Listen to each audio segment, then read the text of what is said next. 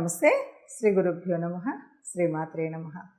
ఆదిత్యాయ చ సోమాయ మంగళాయ బుధాయ గురు శుక్ర శనిభ్యే రాహువే కేతవే నమ.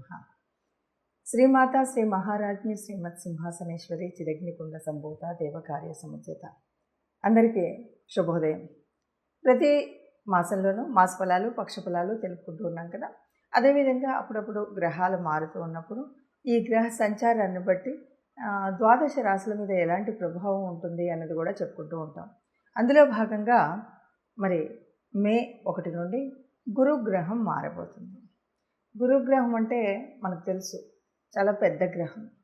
ఈ పెద్ద గ్రహం ఒక రాశి నుండి ఇంకొక రాశికి మారాలి అంటే దాదాపు 1 సంవత్సర కాలం మీద కొన్ని రోజులు పడుతుంది. ఈ సంవత్సర కాలం కూడా గురువు మారిన తర్వాత ఫలితాలు వేరుగా ఉంటాయి. ఎందుకు అంటే గురుగ్రహం అత్యంత శుభగ్రహం అని చెప్తాం. గురువు యొక్క దృష్టి ఉన్నట్టయితే గురువు యొక్క స్థితిని బట్టి దాదాపు అనేక రకాలైన కష్టాలు నష్టాలు పోయి సుఖాలను ఇస్తుంది. చాలా వరకు మనకు ఎంతటి మిగతా గ్రహాల దోషాలు ఎన్నున్నప్పటికీ గురుగ్రహం కనుక సరైన స్థానంలో ఉంటే ఆ చెడంతా పోతుంది అన్నదే మనకు శాస్త్ర ప్రామాణికం. దీని ప్రకారంగా చూస్తే మనకి మరి గురువు మారుతూ ఉన్నప్పుడు మారినందువల్ల ఏ ఏ గ్రహాలకు ఎలాంటి ఫలితాలు ఉంటాయి అన్నది తెలుసుకోవాలి. అంటే దీనికంటే ముఖ్యంగా మనకి ఇంకొక మాట కూడా చెప్తుంటాం.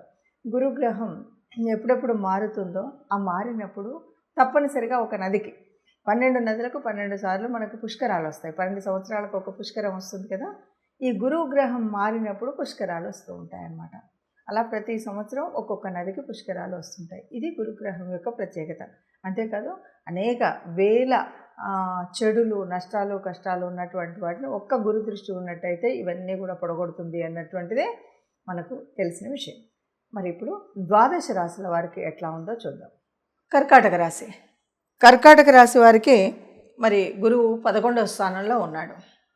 ఇది 11వ స్థానం చెప్పాలి అంటే అన్ని రకాలైనటువంటి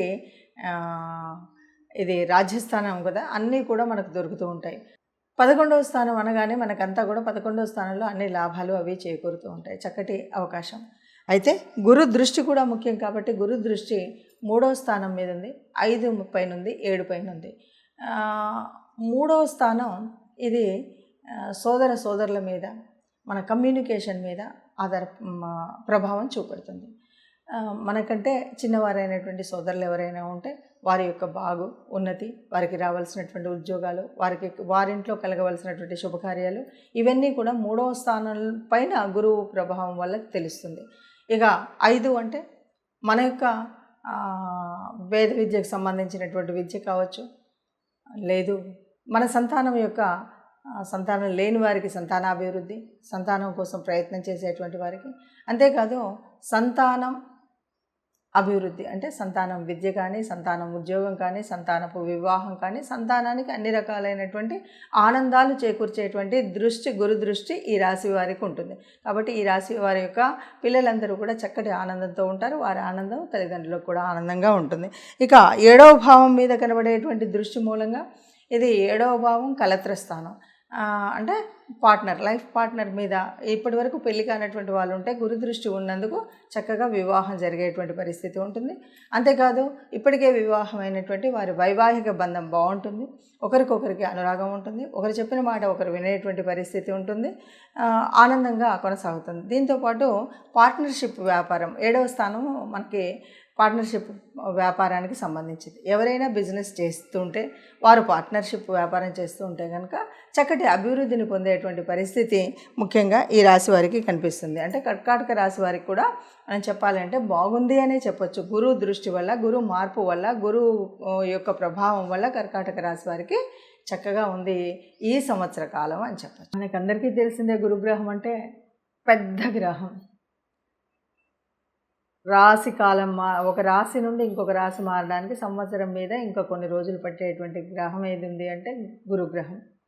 అన్నిట్లోకి శుభగ్రహం ఏది అంటే గురుగ్రహం. ఎన్నో పాపాలని హరించగలిగినటువంటి గ్రహం గురుగ్రహం. అయితే ఈ గురుగ్రహం నుండి ఎప్పుడైనా ఏదైనా మనకు అనుకోని ఇంకా వేరే ఏదైనా ఇబ్బందులు ఉన్నప్పుడు మనం ఏం చేయాలి అంటే గురువు యొక్క అనుగ్రహం పొందడానికి మనం ఏం చేయాలి అంటే ముఖ్యంగా గురువార వ్రత నియమాన్ని పాటించాలి. గురువారం రోజు మద్య మాంసాలు ఇలాంటివి ఏవైతే ఉన్నాయో వాటిని వదిలివేయాలి. అలాగే గురువారం రోజు వీలైతే కొంచెం పసుపు వర్ణానికి సంబంధించినటువంటి వస్త్రధారణ చేయడం ఇంకొక విషయం. గురువారం రోజు మనకు అంటే కేవలం దత్తాత్రేయ స్వామి ఇలా మనం దేవాలయాలకు గురువులకు సంబంధించినటువంటి ఆలయాలకు వెళ్ళడమే కాదు, మనకు సంబంధించినటువంటి గురువులు ఎవరున్నా కూడా వారిని సత్కరించడము, వారికి సేవ చేయడం, సత్కరించడం కంటే ముఖ్యంగా సేవ చేయడం అన్నది చాలా ముఖ్యం. వీటితో పాటు గురు అనుగ్రహం కలగాలన్నా, ఇంకేది కలగాలన్నా కూడా మనకు ఆర్థికంగా కానీ మానసికంగా సంతోషం కలగాలన్నా మనం చేయాల్సినటువంటి ఇంకొక ముఖ్యమైన రెమెడీ ఏంటంటే తప్పనిసరిగా గోశాలకు వెళ్ళడం, గోవుకి గ్రాసం తినిపించడం. ఇది వీలైతే గురువారం చేయండి, లేదు అంటే మీకు ఇష్టం వచ్చిన రోజు ఏ రోజైనా చేయొచ్చు. ఇలా చేయడమే కాకుండా నవగ్రహాల దగ్గరికి వెళ్ళినప్పుడు గురుగ్రహ స్తోత్రాన్ని చదవడం కూడా మర్చిపోకుండా చేయండి. ఇది సంవత్సర కాలం ఉండేటువంటి మార్పు కాబట్టి ఏదైనా మీకు అనుకున్నటువంటి అనుకూలత లభించకపోతే కనుక ఈ రెమెడీస్ చేసినట్టయితే మీరు శుభంగా ఉంటారని చెప్పచ్చు.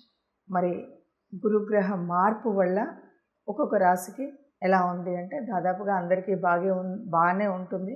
అక్కడక్కడ చిన్న చిన్న పరిణామాల వల్ల కొద్దిగా అటు ఇటు ఉన్నా దాన్ని ఎలా చేసుకోవాలి, ఏం చేయాలి అన్నది ఒకటి తెలుసుకోవాలి. రెండవది, ఇది మనం చెప్తున్నటువంటి ఈ స్థితి కేవలం గురు గ్రహం ఉండడం వల్ల ఉండేటువంటి ఉపయోగాలు మాత్రమే, ఉండేటువంటి ప్రభావాలు మాత్రమే. అంతే తప్ప మిగతా గ్రహాలన్నింటినీ తీసేసి ఇదే మొత్తం ఫలితం అని చెప్పట్లేదు. మిగతాది జాతక ఫలంలో మనకు గోచార రీత్యా కానీ మామూలుగా ఉండేటువంటి ఫలితంతో పాటు ప్రత్యేకించి గురువు మారి ఉండడం వల్ల జరిగేటువంటి పరిణామాలు ఏంటి, పరిస్థితులు ఏంటి అన్న విషయం మాత్రమే చెప్తున్నాం. అది దృష్టిలో పెట్టుకోవాలి. ఇక ఎవరికైనా ఏదైనా అంటే కొంచెం చెడు ఉన్నప్పుడు కూడా అది చెడు అని అనుకోకండి. ఎందుకంటే కొన్నిసార్లు గురువు వల్ల వచ్చేటువంటి చాలా మంచి యోగాలు కూడా ఉన్నప్పుడు, లేదు జన్మజాతకంలో చాలా మంచి యోగాలు జరుగుతూ ఉన్నప్పుడు ఇది కూడా, ఈ చెడు కూడా కనిపించకపోవచ్చు. ఇది ఒకటి దృష్టిలో పెట్టుకోండి. ఇక ఎక్కడైనా ఎవరికైనా సరిగ్గా లేదు అంటే ఏం చేయాలి అంటే ముఖ్యంగా గురువార వ్రతం. గురువు అంటే గురుతుల్యులైనటువంటి గురువులు అయినటువంటి దత్తాత్రేయులకు దత్తాత్రేయ స్వామి ఆలయానికి వెళ్ళడం, రాఘవేంద్ర స్వామి ఆలయానికి వెళ్ళడం, అక్కడ పూజలు చేయించడం. ఆ రోజు ప్రత్యేకించి మనం పసుపు రంగుకు సంబంధించినటువంటి వస్త్రాలను మనం ధరించడం. ఇంతేకాదు శనగ పప్పుతో చేసినటువంటిది కానీ శనగపప్పు కానీ ఎవరికైనా దానం చేయడం. ఇవన్నీ మనం ఎందుకు చేయాలి అంటే దీనివల్ల మనకి గురువు యొక్క ప్రభావం ఏదైతే ఉందో అది మంచి ఫలితాన్ని ఇస్తుంది. అంతేకాకుండా ఎవరైనా సాధు సంతులు, గురుతుల్యులు, గురువులు, ఋషితుల్యులు అయినటువంటి కొందరు మహానుభావులు మనలోనే సమాజంలోనే ఉంటారు. అలాంటి వారికి ఏదో మనం వెళ్ళి వారికి నమస్కరించడం, లేకపోతే వారికి సేవ చేయడం, ఇలాంటిది ఏది చేసినా సరే గురుగ్రహం వల్ల వచ్చినటువంటి దోషాలన్నీ తొలగిపోయి మనం ఆనందంగా సుఖంగా ఉంటాం. ఆనందంగా సుఖంగా అందరూ ఉండాలన్నదే మన కాంక్ష. సర్వే జనా సుఖినో భవంతు. అందరూ ఆనందంగా ఉండాలి, అందులో మనం ఉండాలి. నమస్తే.